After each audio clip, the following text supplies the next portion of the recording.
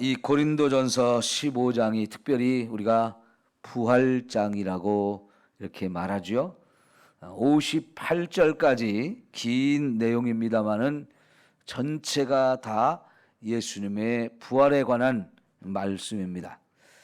제가 오늘 이 새벽에 또 주일날 오전에 또 저녁에 그리고 수요일 저녁과 금요일 저녁까지 5번에 나누어서 이 15장의 말씀들을 쭉 보면서 부활에 대한 이야기들을 정리를 하려고 합니다.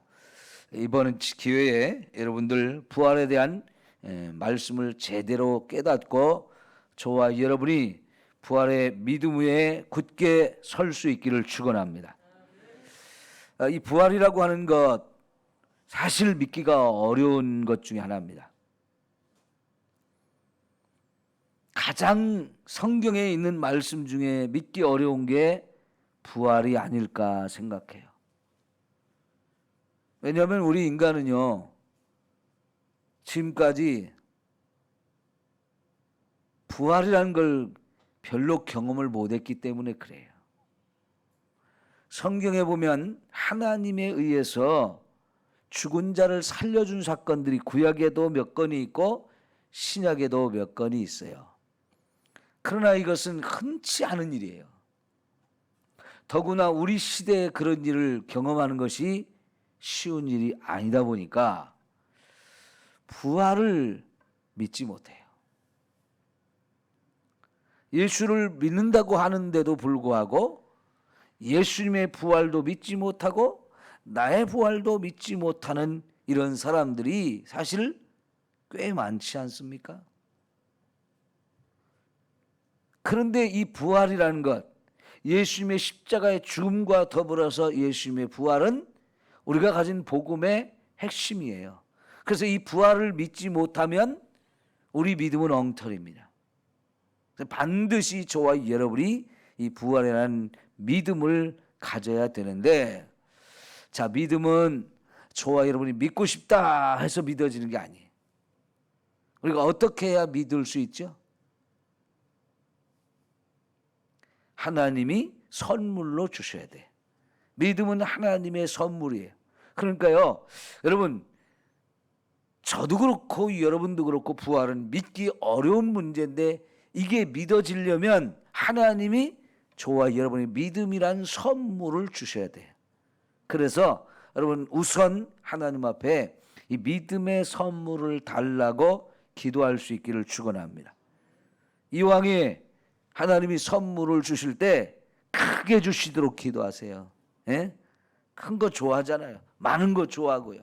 예? 특별히 믿음이라고 하는 거 큰 믿음을 가져야 돼요. 적은 믿음 그것도 예수님이 책망을 했어요. 이왕에 큰 믿음을 가질 수 있도록 하나님께 구하셔서 저와 여러분이 제대로 믿고 살 수 있기를 축원합니다. 자, 그런데 여러분, 사도 바울이 이 고린도 지역에 가서 열심히 복음을 전해서 많은 영혼이 구원받고 큰 교회가 세워졌어요. 그런데 시간이 지난 후에 보니까 이 고린도 교회 안에 믿는다고 하는 성도들 중에 부활의 믿음을 갖지 못한 사람들이 있는 거예요. 부활을 의심하는 거예요. 어떻게 그게 가능하느냐? 에? 죽은 자가 어떻게 살아? 하면서 믿지 못하고 자꾸 의심을 하고 부정하는 이런 사람들이 생겼어요. 그래서 사도 바울이 이 고린도전서 15장에서 부활에 대한 얘기를 쭉 설명하면서 고린도 교회 성도들이 진짜 부활을 제대로 믿을 수 있도록 여러 가지 노력하는 모습을 보여지는데, 오늘 이제 15장 전체를 우리가 이번 한 주 동안에 볼 동안에 한 사람도 빠짐없이 부활의 믿음을 다 가질 수 있기를 축원합니다. 자, 여러분 2절을 볼까요? 너희가 만일 내가 전한 그 말을 굳게 지키고 헛되이 믿지 아니하였으면 그로 말미암아 뭘 받아요? 구원을 받으리라. 여러분, 사도 바울이 가서 복음을 전했는데 그 복음의 핵심은 예수님의 십자가의 죽음과 부활이었어요. 이 예수님을 죽으시고 부활하신 이 예수님을 제대로 믿어야 저와 여러분이 구원을 받는 거거든요. 구원은 믿음으로 되어지는 건데 반만 믿고 반은 안 믿었으니까 그럼 반만 구원 받나요?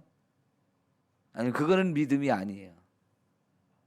믿으려면 100% 믿어야지 반만 믿어갖고는 이거는 온전한 믿음이라 할 수 없어요. 그러면 구원을 받을 수가 없는 거지요. 이 우리의 구원이 확실하게 되기 위해서는 반드시 저와 여러분에게 예수님에 대한 믿음, 또 예수님이 하신 이 죽음, 그리고 그가 행하신 부활, 이 사건이 다 믿어져야 온전한 구원이 저와 여러분에게 이루어질 줄 믿습니다. 자, 여러분 3절 4절을 보면 내가 받은 것을 먼저 너희에게 전하였노니 이는 성경대로 그리스도께서 우리 죄를 위하여 죽으시고 또 장사 지낸 바 되었다가 성경대로 사흘 만에 다시 살아나셨다.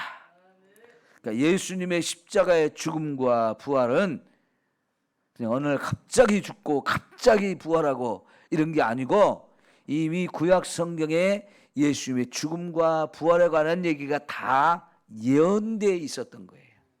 이게 하나님의 계획이고요.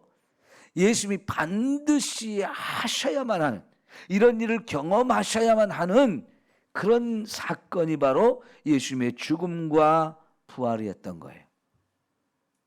어떻게 보면 예수님이 십자가에서 죽은 것이 어느 날 갑자기 일어난 전혀 예상치 못했던 그런 얘기 같잖아요. 그런데 여러분, 우리가 얼마나 몇 주 전에 제가 설명드렸지만은 우리가 마태복음 16장에 예수님께서 자기가 예루살렘에 올라가서 누구한테 죽을 것인지, 어떻게 죽을 것인지, 그리고 다시 부활할 것, 이것을 미리 다 말씀을 해 주셨죠. 예수님이 이런 말씀을 하실 수 있는 이유가 뭐예요? 하나님이 다 예언해 놓으셨기 때문에 그래요. 앞으로 이러이러한 일이 벌어질 거다. 내가 보내는 메시아, 너희를 구원하라 보낸 이 메시아가 바로 이런 일을 당할 것이다 라고 하는 것을 다 이미 예언되어진 거죠. 어느 날 갑자기 우연히 일어난 일이 아니에요. 이건 반드시 하나님께서 이런 일이 일어날 거라고 예언했던 사건인데 그 성경대로 죽으시고 성경대로 다시 살아나셨다. 하나님이 다 준비하고 계획 속에 일어난 거죠. 왜요? 그렇게 해야만 그분이 저와 여러분을 구원하실 수 있기 때문인 거죠. 이 복음을 바울이 참 먼 고린도까지 가서 전했고요. 목숨을 걸고 가서 전했어요. 수많은 죽음의 위협들을 견디고 또 넘어서 결국은 고린도까지 가서 이 복음을 전해서 거기 있는 많은 영혼들이 이 복음을 전해 들으면서 나도 예수님을 믿습니다. 나도 예수님 믿겠습니다. 해가지고 구원을 받았는데 여기에 사탄이 와서 믿음을 흔들어 놓은 거예요. 세상에서 들려오는 이 소리에 사람들의 말에 의해서 흔들리기 시작한 거예요. 왜냐하면 이때 당시 그리스, 지금 고린도는 그리스의 한 큰 도시거든요. 여러분 그리스는 철학이 많이 발전된 곳이잖아요. 사람들의 생각이 뭐냐면 그때 당시 사람들이 생각할 때 인간의 육체는 악한 거다는 거예요. 죄의 근원이 육체라는 거예요. 그래서 육체를 막 무시해버리고요. 이건 없어져야 될 거라고 얘기했는데 아니 사람이 죽어서 이제 땅에 다시 돌아갔는데 그 몸이 부활한다고? 그 몸이 부활한다는 것에 대해서 그 악한 것을 그래 다시 가지고 살아야 된단 말이야? 하면서 부활을 싫어하고 부활은 있을 수 없다고 말하고 그건 불가능한 거다라고 이야기를 하는 거예요. 그런 이야기를 들으면서 믿음을 가졌던 사람들조차도 흔들려 버린 거예요. 여러분, 이것처럼 저와 여러분의 믿음을 흔드는 일이 세상에는 너무나 많습니다.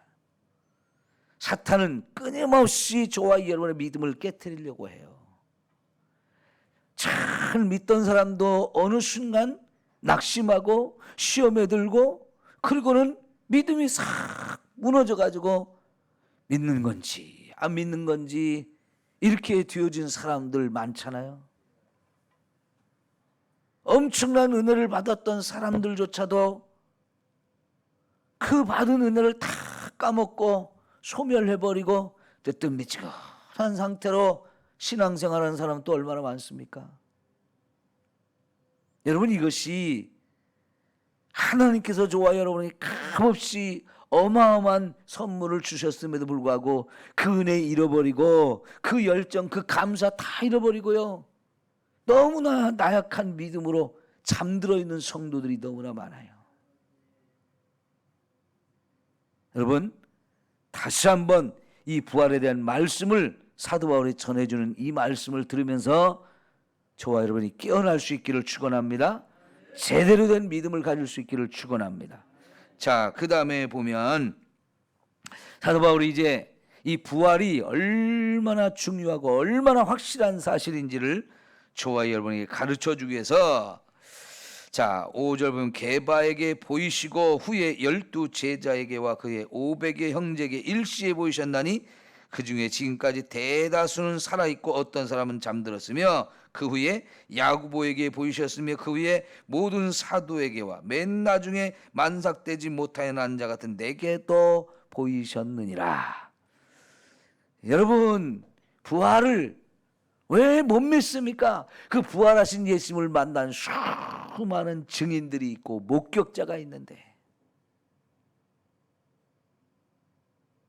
부활은 절대로 부인할 수 있는 문제가 아니고 부활하신 예수님을 만난 증인들이 너무나 많습니다 하는 거예요. 여러분, 증인이 있다는 거는 그게 부정할 수가 없잖아요. 그것도 한두 명이 아니에요. 구약 성경에서도요, 끊임없이 증인이 2사람만 있으면 그거는 그냥 100% 사실로 인정해 주는 거예요. 그게 율법에서도 하나님이 율법을 통해서도 가르쳐 주는 거예요. 세상의 법도 마찬가지예요.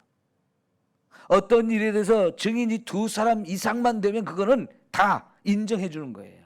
그런데 여기 지금 부활한 주님을 만난 사람들이 얼마나 많은지요. 예? 얼마나 많아요. 여기 이름을 다 쓰지 않은 사람들도 많아요. 제일 먼저 부활한 예수님을 만난 증인이 누구예요? 막달라 마리아, 그죠?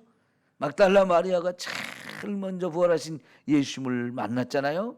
그리고 베드로도 만나고요, 12 제자도 만나고요, 특별히 500여 명이 함께 있는 자리에서 예수님을 만났다는 거예요. 그 장면은 어디서 우리가 볼 수 있느냐면, 예수님이 감람산 위에서 이제 하늘로 승천할 때 거기까지 따라와서 부활하신 예수님을 만나서 많은 말씀을 듣고 나서 예수님이 그 자리에서 하늘로 올라가는 것을 본 사람들이 한 500여 명 정도가 돼요. 그 중에 120명 정도가 마가의 다락방에 들어가서 주님이 승천하면서 주셨던 약속, 성령을 보내준다, 그러니까 성령 받아라, 이 성령 받기 위해서 그 자리에 있던 사람 중에 120명 정도가 마가의 다락방에 가서 기도하다가 진짜 성령의 충만함을 받고, 그리고 나서 이 사람들이 어떻게 했어요? 담대하게 뛰어나가서 예수님의 죽음과 부활을 막 선포하기 시작했잖아요. 그래서 오늘 저와 여러분이 같이 이 복음을 듣고 구원을 받은 거거든요. 여러분, 부활은요, 수많은 증인이 있어요. 그 수많은 증인들이 저와 여러분에게 전해주셨기 때문에 우리까지, 나까지 이 복음을 믿을 수 있었어요. 여러분, 만약 이 부활이라는 것이 믿을 수 없는 사건이고 증인도 없고 그저 몇몇 사람들에 의해서 꾸며낸, 지어낸 이야기라면 이거는 금방 사라질 거예요. 지금까지 전해올 수가 없어요. 보십시오. 여기 12명의 제자들을 예를 들어서 우리가 생각해 보면 이들이 부활의 증인 주님을 만났기 때문에 증인 되어지는 일에 주저함도 없고 두려움도 없었죠. 실제로 이들이 부활하신 예수님을 증언한 것 때문에 얼마나 그들을 죽이려고 하고 방해하고 박해하는 일이 많았습니까? 그러나요, 아무리 죽인다고 위협을 하고 또 실제로 죽는 사람들이 생겨도 그들은 죽는 걸 두려워하지 않았어요. 왜? 너무나 확실했기 때문에. 그리고 오늘 내가 당장 죽는다 할지라도 그거는 두려워할 일이 아닌 거였어요. 왜? 난 죽어도 다시 부활하니까. 예수님이 부활한 것처럼 그 부활하신 주님을 믿으면 나도 부활하니까. 이게 너무나 분명해져서 그까짓 거 나 죽여라. 괜찮아. 나는 다시 살아나. 이게 너무나 분명해지니까요. 죽음을 두려워하지 않고 그 어떤 고난 이런 걸 두려워하지 않고요. 그 어떤 헌신 이런 걸 두려워하지 않고요. 죽도록 충성했어요. 이 복음을 위해서 복음을 전해서 한 영혼을 더 구원하려고 죽도록 목숨을 바치면서 전했는데 사실 이 복음을 전하다가 12명의 제자들 다 어떻게 됐어요? 다 순교했잖아요. 그러면서도 이들은 복음을 전했어요. 여기 7절 보니까 야고보도 부활하신 주님을 만났다고 그러는데 야고보는 예수님의 제자 야고보도 있지만 여기서 말하는 야고보는 예수님의 동생이에요. 친동생. 그런데 여러분 예수님의 가족 예수님이 메시아인 걸 믿었어요? 안 믿었어요? 제일 믿기 어려운 사람들이었어요. 왜냐하면 예수님에 대해서 이 세상은 제일 잘 아는 사람들이잖아요. 마리아가 분명히 낳았고 그 형제들이 함께 살면서 예수님을 너무나 잘 아는 사람들인데 그 예수님이 메시아라고 하는 걸 못 믿었잖아요. 그래서 예수님이 미쳤다는 소리를 듣고는 예수님을 빨리 잡아다가 집으로 데려가려고 왔다가 거절만 당했던 사람들이. 그래서 예수님이 메시아인 걸 못 믿었던 사람들인데 여러분 아까 말씀드렸던 그 마가의 다락방에 예수님의 어머니와 형제들이 다 성령 받기 위해서 기도하러 간 사람들이잖아요. 어떻게 그랬을까요?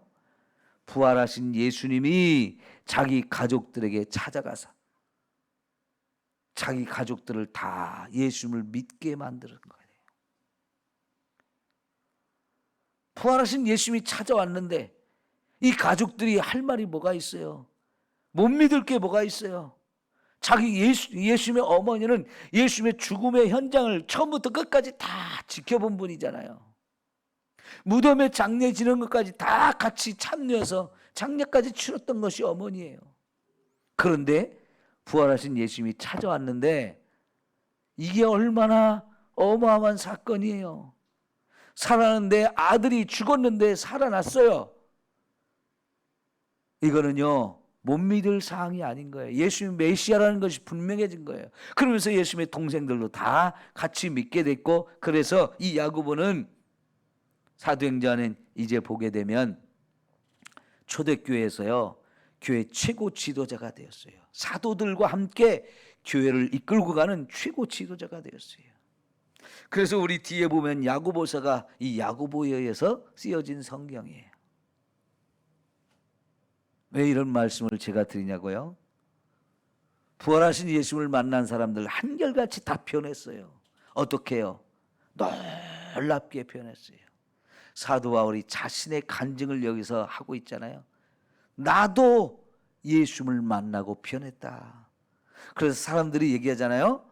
예수님을 만나기 전에 이 사람의 이름은 사울이었는데 예수님을 만나고 나서 이 사람의 이름이 바울로 바뀌어졌는데 이것은 부활하신 예수님을 만나기 전과 만난 후가 이렇게 달라졌다는 거죠.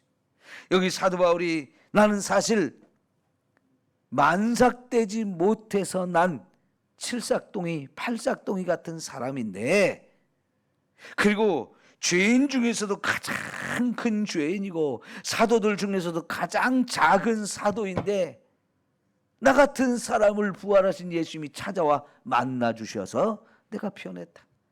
나는 교회를 핍박하던 사람이고 예수는 메시아가 아니고 예수를 믿는 건 이단을 믿는 거기 때문에 이거는 교회는 없어져야 되고 예수 믿는 일 못하게 하려고 사람들을 잡아다가 옥에 가두고 심지어는 죽이는 일도 서슴지 않고 했던 제일 큰 죄인인데 나 같은 죄인을 예수님이 부활하신 예수님이 찾아와 만나 주셨다. 그리고는 내 인생을 바꿔주셔서 이제는 부활의 증인으로 삼아주셨다는 거지.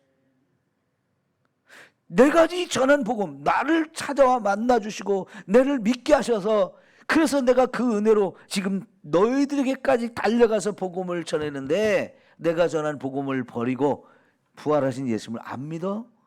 그건 아니지. 내가 부활의 증인이다.